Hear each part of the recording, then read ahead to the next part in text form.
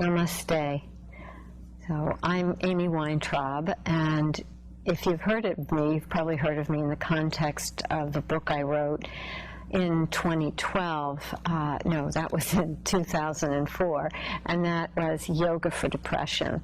And the reason I wrote that book was the great gift I had of having a rocky start in life, some trauma, some depression, and it became so profound for me that there was a suicide attempt. I was on medication for many years, and I did therapy, which helped me understand issues of origin, family issues.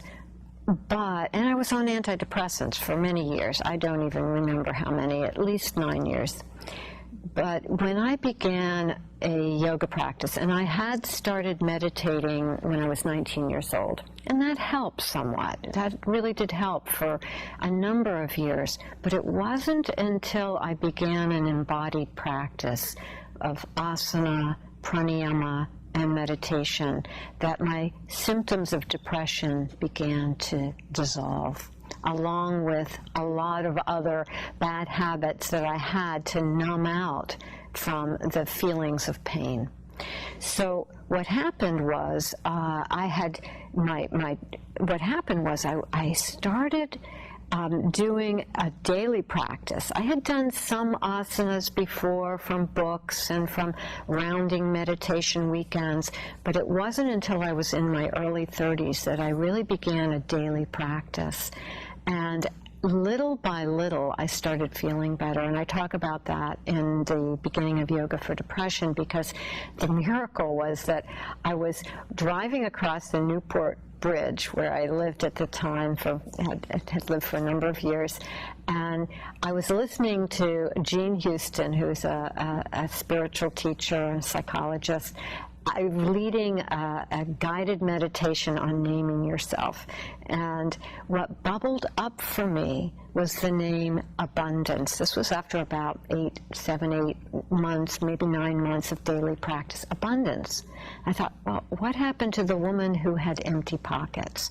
Because my therapist, my psychiatrist, had told me I was one of those people who would always have empty pockets. And I realized that it was my yoga practice. That was the difference. I was beginning to feel abundant. So I very slowly, there are many steps to this story, but I very slowly worked with a prescribing psychiatrist to titrate off my medication. And that was in 1989, and I haven't been on medication since. I've managed, in the beginning, it was about managing my mood with my practices.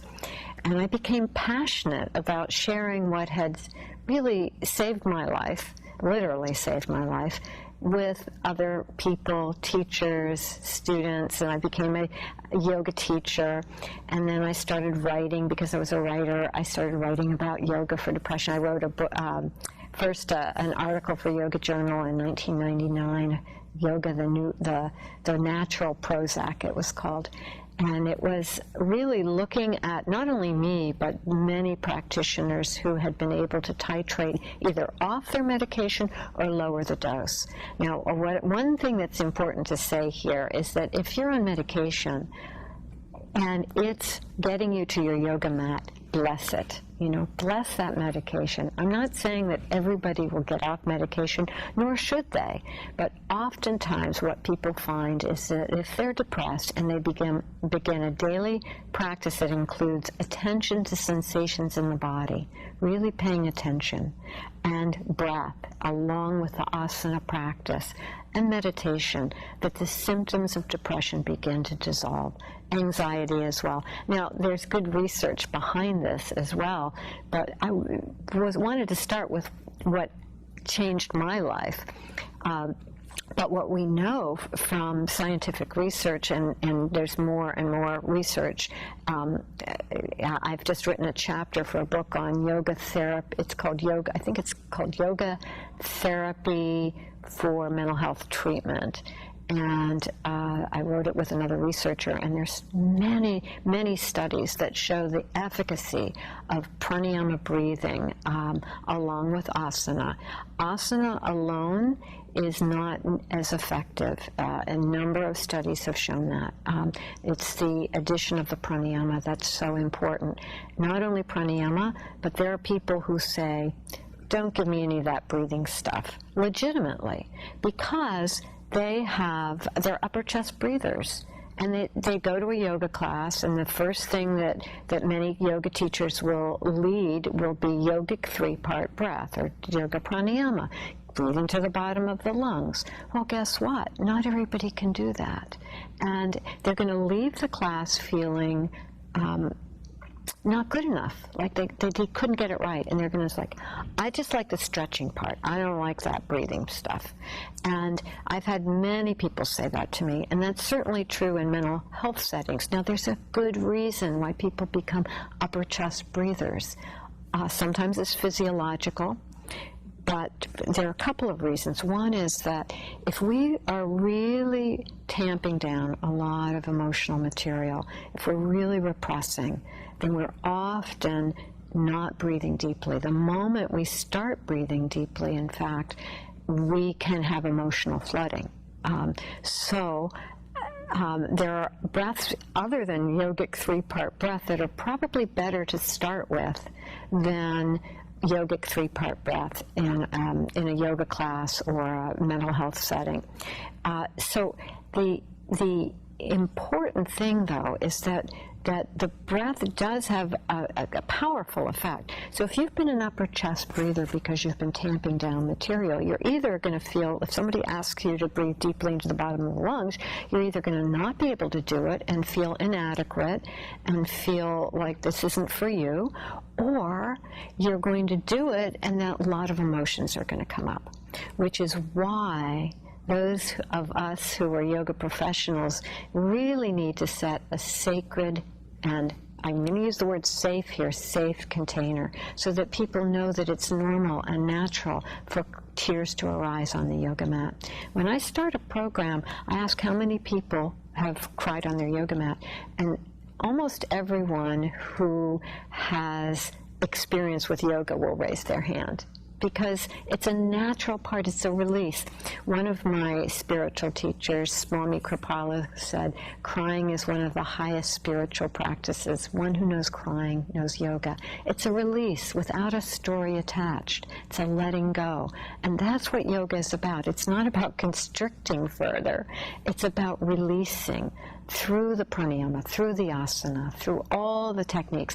If you leave a yoga class and you feel more constricted, more self-judging, not good enough, then that's not yoga. That may have been exercise, it may have been mental exercise, but it's not yoga. Yoga is union, reconnection with a sense of self, who I am in relationship to the divine as I know the divine, and reconnecting with others. So if you walk out feeling more self-judging, then find another class, you know? So I want to talk about the kind of breathing that might be best for someone who has anxiety, depression, and trauma. Because there's another reason why people have upper chest breathing. If we've been traumatized, and almost all of us have had some sort of trauma in our lives, if not all of us. That doesn't mean we have PTSD, but we've had some sort of trauma. And what happens is the body, if we're scared, if we're frightened, we clench. And what happens is often that gets stored in the psoas muscle. The psoas is it's not the largest muscle, but it's the only muscle that goes from the top of the body to the bottom of the body, and from the front of the body to the back of the body. So what happens when we get frightened or traumatized in a situation is we clench, we tighten up. And we carry that sometimes throughout our lives and as in the form of a kind of protection, a wall. Well, that actually affects the diaphragm. So the diaphragm is not able to fully extend down. And when we say breathe into the bottom of the lungs, it's not happening because of trauma. So there's very good reasons why we may wish to start with something other than yogic 3-part breath. And that might be so that someone who is an upper chest breather feels comfortable and feels like they have done it and they're successful, and we're meeting them where they are. We're not trying to fix, we're meeting them where they are. So what I like to start with often when I'm working with someone or in a group where there are a lot of trauma survivors or people with mood disorders is something I like to call stair-step breath. It's based on Anuloma and Viloma Krama. It didn't just come out of my head, but we adapt so that people from all traditions and people who, all religious backgrounds, all value systems feel comfortable with these practices. So I call it stair-step breath. So we will do it together, and then we'll talk about it. So we're going to take little steps of breath. Notice my language. Little steps of breath through the nostrils as though we're climbing a mountain. And I'm going to lower my eyes, and I invite you to do the same. You can also close your eyes.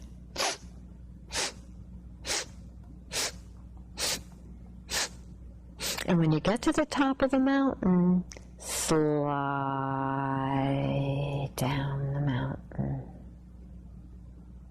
And again, take little steps of breath.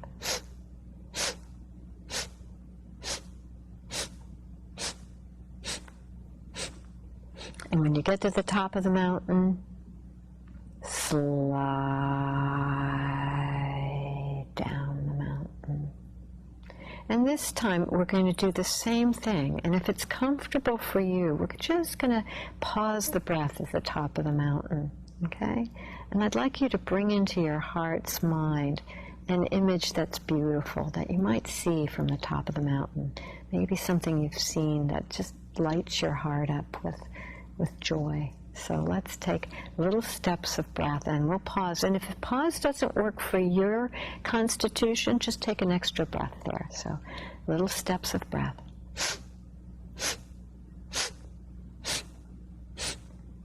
And when you get to the top of the mountain, look out and see something beautiful, something that nourishes your heart, and slide down the mountain.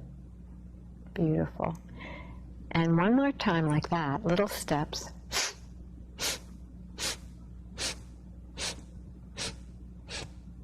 And when you get to the top, look out, see something that makes your heart smile, and slide down the mountain. Beautiful. And this time we're going to take an elevator to the top of the mountain. So sliding up through the nostrils. And when you get to the top, step out of the elevator, see something beautiful, maybe the same thing, maybe it's changed, and little steps down.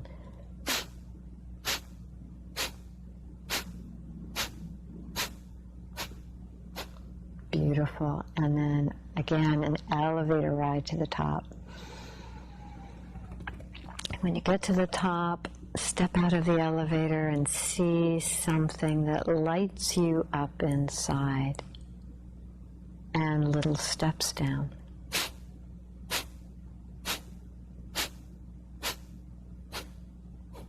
At your own pace, little steps up.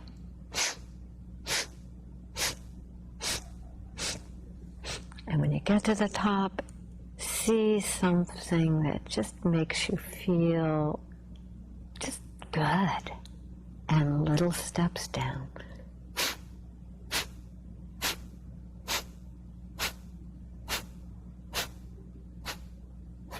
And one more time like that, little steps up.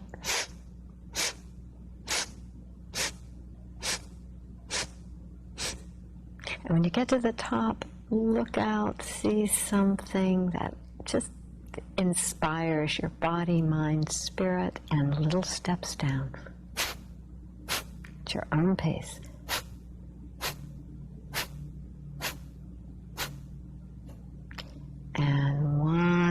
fast round little steps up.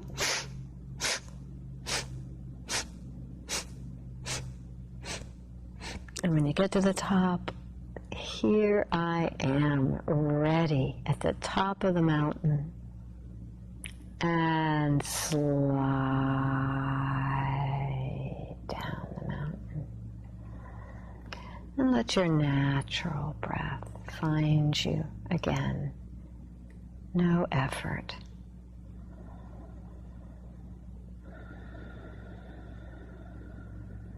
Where is your breath landing now? Notice. Just welcome the breath wherever it's landing.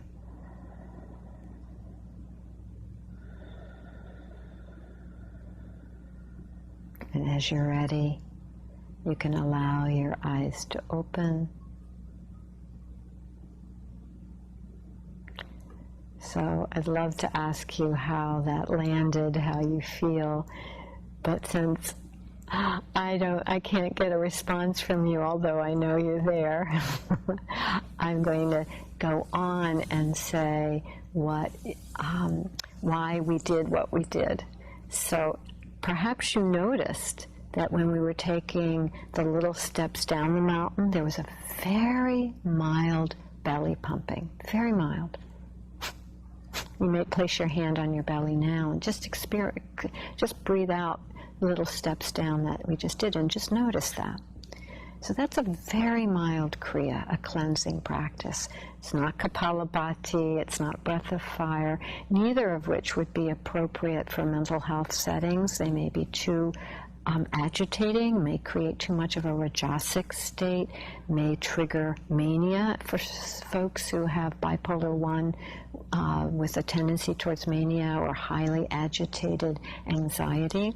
So we want a mild kriya that gets the belly pumping, wonderful for depression, and we met that upper chest breath. So we didn't say breathe, we didn't start by saying breathe all the way down to the bottom of your lungs and, expand the belly and draw it back, and all the ways we lead yogic 3-part breath, which are beautiful and for an appropriate student or client and in an appropriate setting. But for folks with high levels of anxiety, with trauma histories, they might not even close. You might not even close your eyes when asked, or if you're working with someone who has a trauma history, they might not close their eyes. So they're not. It's what happens is, for very good reason, hypervigilance.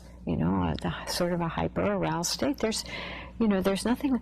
It's the protective mechanism. Of course, if we've been traumatized, we're going to be highly vigilant about our boundaries and other people and what's going to happen. And it's a lot more to say about trauma, but I'm not going to go there right now. But so it's perfectly natural to sort of not be breathing deeply.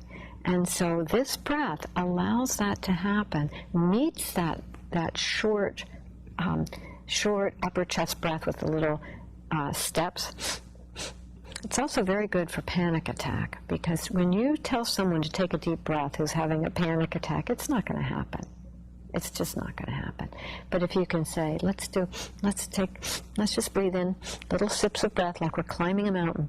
See something beautiful on the way up that mountain, and then just slide down. Now, if you're working with a mountain climber, they don't want to slide down the mountain. So you might want to take a trolley ride down the mountain. So you adjust. Someone who's afraid of heights, you're going to be walking across a beach. So you adjust, you modify, you make it so that these practices are so important for people. They are so life-changing. We want them to be accessible. These are not practices, okay, where did they come from? All right? So they're a synthesis of practices from a number of traditions that we as LifeForce Yoga practitioners, and I in particular, have found to be really effective in helping people come into a sattvic balanced state, to let go, to release trauma. Very effective. And so they're not from one guru lineage, so it's not that we need to do it just the way the guru said. So we adapt, adjust, accommodate. We make it work for the precious being we're sitting in front of, so that they can have accessibility to these practices. So if someone has a religious belief that feels like, don't give me any of that Sanskrit chanting, because we're going to talk about a sound now, not a yoga chanting, because that's very effective in working with mood. If someone has a religious belief that's like, I don't want to chant to that, to Hindu deities or whatever, what we do, we use sounds that are, first of all, bija mantras that are universal sounds. The Sanskrit language is the oldest Indo-European language, so it's the root of a lot of the words we say in English. But they're universal sounds. So we use the bija mantras, and I'll show you how we'd use them that may be a little different than what you may know of them. We use cooling, calming bija sounds. We use the Gayatri mantras, which are the mantras that precede the Gayatri chant, that are wonderful for energizing the chakras and the energy field around the chakras. So we use a number of sounds, and we also use mantras, but they're not tied to deities. Okay, so I love to chant kirtan with all of you, but that's not what we're doing when we're using the mantras in LifeForce Yoga. We're using those mantras that are applicable in clinical settings, medical settings, religious settings that are not yoga-based, whether it be Christian or religious Jews or Muslims. It's so that they're applicable.